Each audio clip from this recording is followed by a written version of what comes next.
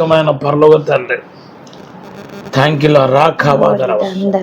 నాకు దినకరన్ గారిని దేవుడు చూపిస్తున్నాడు.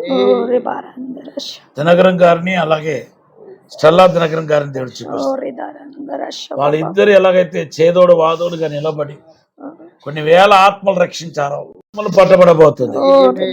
మిమ్మల్ని గొప్ప సేవకులుగా దేవుడు వాడుకోబోతున్నాడు.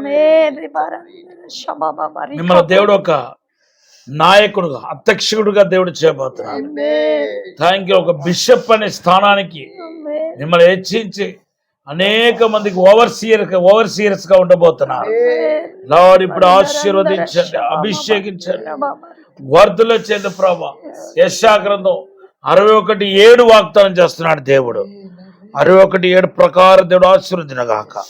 కృపాక్షేమముల వెంట వచ్చునుగాక. పరిశుద్ధాత్మ ప్రసన్నత నింపునుగాక. ఇప్పుడే తాకుమని దీవించి బలపరచమని యేసు నామములో బిడ్డల మీద అపోస్టలిక్ లీడర్షిప్, ప్రవక్తలు, ఓవర్సీర్స్ అనాయింటింగ్ ఉండాలి ప్రార్థన. యేసు నామములో అడిగి వేడుకుంటున్నాం తండ్రి.